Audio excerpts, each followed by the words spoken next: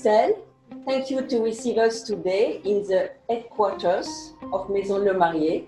So before we keep on, I want you to introduce to Adrian Cheng. We are in a direct from Hong Kong, right? And Adrian Cheng is from K11 and he's, can I say, a fashion lover, a fashion supporter, and he really loves what we say artisanship is the way we say in French, you say craftsmanship. Yes, thank you. Thank you, Carine, and thank you, Christelle, for having me today. And I'm very honored to be here. And I'm very happy here today to enter a very special journey in savoir-faire and understanding more about the Metiers D'Arts and also understanding about the artisanship that you will be presenting today. And I have a charity foundation called the K11 Craft Guild Foundation, which I founded in 2018. And there's a big mission to basically preserve and conserve vast disappearing Chinese artisanship. I have the chance and the opportunity to teach in a school in Canton, in Guangzhou, and also traveling to meet different and to learn about the craft in China. I believe we have the same mission too, and we are here to preserve different savoir-faire, to preserve the artisanat, this heritage. One which is very famous is the camellia, the know-how about flower making. Yeah, with a little camellia I noticed, and a little bow, you know, I noticed. It's from Metiers? Yes. You see even my necklace part is made here, so it's amazing. Homage to Maison Lemarié today. I'm very proud of that. I mean, very, no, chic. Very chic, very chic. Can you show the step-by-step a bit of doing a camellia? Because you have so many tools that seems very, heavy and dangerous, you know? You would take the fabrics, then you would cut the shape of the camellia with different sizes.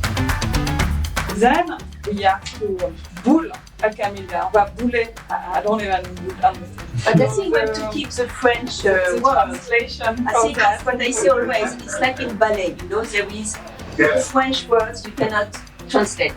That they would hit on a little lamp to make the tool hot and to create a shape. Then each petal would be put together.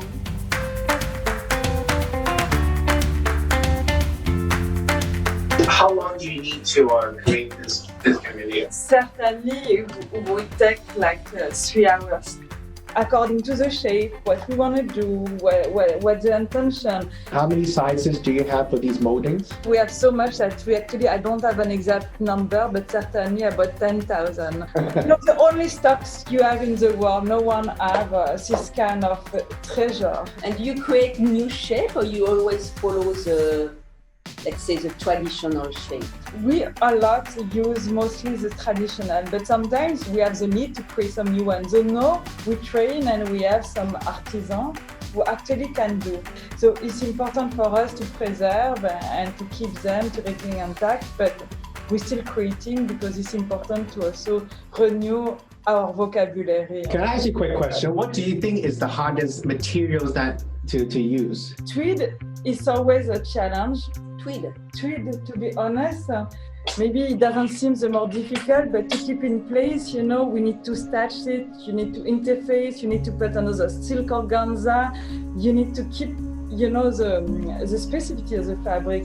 And what is also very important for me is to work on ready to wear, and that's something we always try to do with Virginie Villard, the head of creation of Chanel. Innovate, create something new with this amazing technique. Carine and Christelle, the dress behind you is actually all feather, right? Yes, all feathers. It was during the show of Metiers D'Arts in New York, the Egyptian show, no? Yeah. And even me, I have a good seat. I'm first row, okay? I have the best seat. I never imagine when I look at the dress, all the work of the feathers. I didn't realize. Yes, amazing. Specific technique called marqueterie. It's a piece of art, almost. Speaking of feathers, as early as 2,500 years ago, China began to create pictures of using birds as well. And the use of feathers actually was at peak during the 17th century in China. And at that time, there's a technique called dian cui, which they inlay blue feather into jewelry. It's very similar, to using feather to create accessories as well. That's what I find is very interesting. How do you take some old technique? How do you learn about it? And how do you make it relevant for today? No, it's not because dusty at all here. It's everything not dusty. It's contrary, it's full of energy. it's important for us, for Chanel, even for the French culture, for the heritage that is transmitted. So yes, you can see, as Carine noticed, it's a lot of young people, but it's also a dialogue between generations. It's a transmission. It's to keep alive the gesture, to have a dialogue between young and more elders. That is transmissions of a gesture.